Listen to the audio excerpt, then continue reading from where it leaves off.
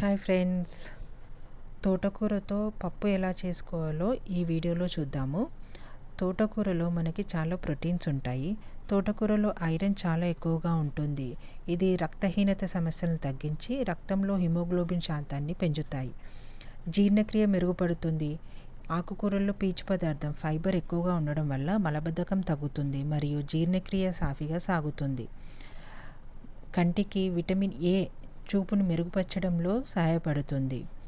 తోటకూరలో vitamin C మరియు ఇతర anti ఆక్సిడెంట్లు ఉండడం వల్ల శరీరంలో వ్యాధి నిరోధక శక్తి పెరుగుతుంది. ఆకుకూరల్లో ఉండే కాల్షియం ఎముకలను మరియు పళ్ళను బలంగా ఉంచుతుంది. ఇందులో క్యాలరీలు తక్కువగా ఉంటాయి మరియు పీచు పదార్థం ఎక్కువగా ఉండడం వల్ల బరువు తగ్గాలనుకున్న వారికి ఇది మంచి ఆహారం. పప్పును ఉడికించడం కోసము కుక్కర్ని తీసుకొని అందులో 2 గ్లాసుల వరకు కందిపప్పును వేసుకొని నీళ్లు పోసి శుభ్రంగా కడుక్కోవాలి.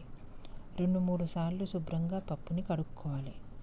కడిగిన పప్పుని కొన్ని నీళ్లు పోసి పక్కకి నాననియడానికి పెట్టుకోవాలి. ఇప్పుడు తోటకూర తీసుకొని తోటకూరని కొనలు కట్ చేసి ఆకులని తెంపుకొని పక్కన పెట్టుకోవాలి. ఇప్పుడు ఒక గిన్నె తీసుకొని అందులో చింతపండు నార లేకుండా తీసి నానబెట్టుకోవాలి. 2 టమాటాలు తీసుకోవాలి. 6-7 పచ్చిమిర్చి తీసుకొని కడుక్కొని శుభ్రంగా పక్కన పెట్టుకోవాలి. పక్కకు నానబెట్టుకున్న కందిపప్పులో టమాటాలు, పచ్చిమిర్చి, చింతపండు, కొంచెం పసుపు, అందులోనే 1/2 స్పూన్ కారము, అందులోనే కడిగి పెట్టుకున్న తోటకూర అంతా కూడా వేసేయాలి. మంచిగా ఒకసారి కలయబెట్టుకొని అందులో కొంచెం నూనె కూడా పోసి కలయబెట్టుకొని పప్పుని విజిల్కి పెట్టేసి ఒక 3 విజిల్స్ వచ్చేదాకా ఉడకనియాలి. 3 విజిల్స్ వచ్చిన తర్వాత కుక్కర్ మూత తీసి పప్పుని ఉడికిందో లేదో చూసుకోవాలి. మంచిగా ఉడికిపోయింది పప్పు. ఇప్పుడు దీంట్లో కొంచెం సాల్ట్ వేసి రుబ్బుకోవాలి. పప్పుని మెత్తగా మంచిగా పప్పు రుబ్బుకోవాలి. మెత్తగా ఇలా రుబ్బుకోవాలి. ఇప్పుడు తాలింపు కోసం ఒక గిన్నెని పెట్టుకొని అందులో 2 టేబుల్ స్పూన్ నూనె పోసి అందులో జీలకర్ర, ఆవాలు, వట్టికాయలు, ఎండుమిర్చి,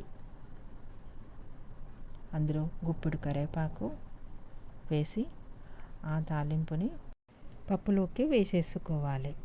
తోటకూర పప్పు తయారైపోయింది. ఈ పప్పును వేడి అన్నంలో నెయ్యి మరియు అప్పడాలు లేదా ఆవకాయ తింటే చాలా బాగుంటుంది కాంబినేషన్.